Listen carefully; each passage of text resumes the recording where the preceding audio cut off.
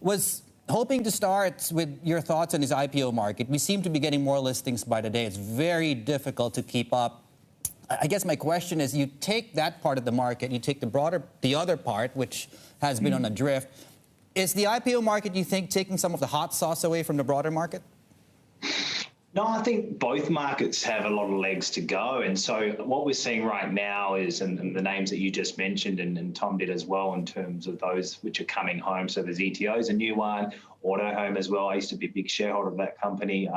They're coming home back to Hong Kong, doing the listings here or in Shanghai. I expect if you go through the whole list of the ADRs, nearly every single company has the potential to come home. There are some grandfathering rules which restrict them in terms of they have to be listed for more than 2 years, and some other sort of hurdles in terms of the size of the company, etc. But when you look at the companies, there's just a lot more to come home. And we're really fortunate. We saw that as a very strong catalyst. We took a very big position in Hong Kong Stock Exchange, and our biggest position is in CICC, the Chinese broker, backed by Huitian and also Tencent and Alibaba. They've got a very strong equity capitalist market, and they're, collecting on all these IPOs, either underwriting or the listing is. So I expect the momentum to continue.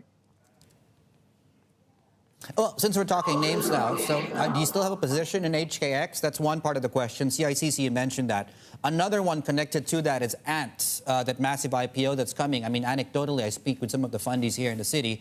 Usually, they don't really look this close at IPOs. They seem to be making an exception for this specific one. Are you one of those people jostling for a piece of this pie? I'm definitely jostling for a big piece, juicy piece of the pie on this one. Just answering your first question, we're a very long-term investor, so we still have our position in Hong Kong Stock Exchange and CICC. I was traveling back to Hong Kong, and I got the 14-day lockdown, and I've been saying I had the A1 filing with me, the 627 pages of Ant Group, and I've read it 4 or 5 times. That's what you do when you're in isolation, and it looks very interesting. It's payments business, and then it's growth coming through in its non-payments business. So in terms of its credit tech, its insurer tech businesses, very surprised at what the take rates are in those non-payments business. In the payments business, I mean, it's just a beast, 118 trillion RMB in terms of payment transaction volume. And I suspect, with 400 million millennials in China, the velocity of money and the way that they transact, cashless society, this is really, the hallmark of fintechs in China. So I've got in my back of my mind what I think it's worth, and I think it's probably going to be the biggest IPO in history the world's ever seen. Yes, certainly an IPO we are very much going to be focused on. Sam, it ties into what we're seeing in terms of the domestic market here, the consumer market in China. You saying it's fundamentally misunderstood by a whole tranche of investors. What is misunderstood? What are we not looking at more closely that we should be?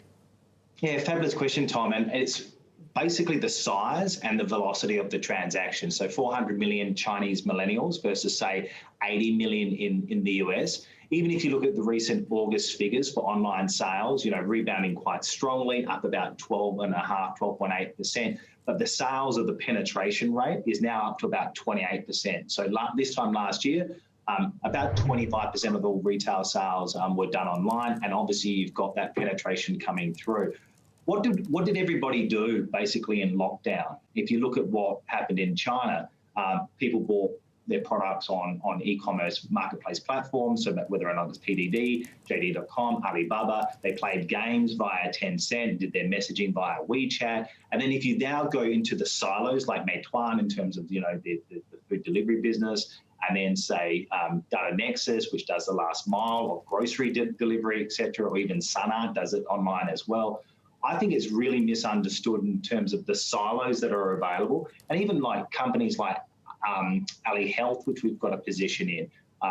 What I really observed is customer acquisition costs have declined because the need and the penetration rates for online and in using these ecosystems essentially has really spiked. And I believe if you look at behaviour, it takes more than 66 days to change your habits. I don't believe after COVID's gone away, that people will go back and buy their products online or all these other silo services. So that's the thing that I think is really misunderstood. We own these businesses before COVID. They've passed the test of time, and I think they're only going to accelerate going forward in terms of, whether or not it's their GMV or whatever the key statistic is. So that's where I think it's misunderstood.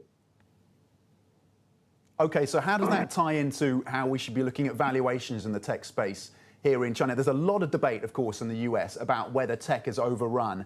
Is the same debate justified in China? Are valuations likely to be sustained?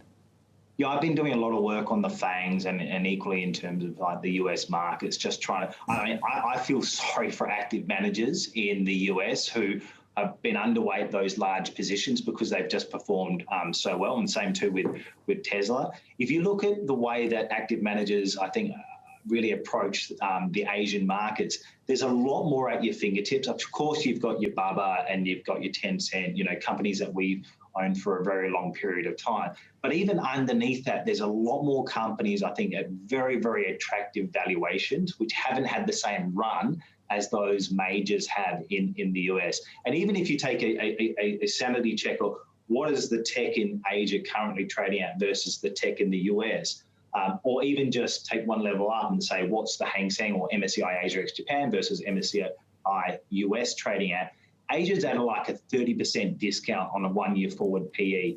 So I think the US has had a huge run on the COVID sort of V-shaped recovery. I think Asia's been left behind, but the actual fundamental earnings are going to come through faster, particularly for those businesses which are more mid-cap in nature. So I'm really optimistic, and we have record overweight in these e-commerce platforms and equally in IT, and the performance of our strategy has been extremely strong.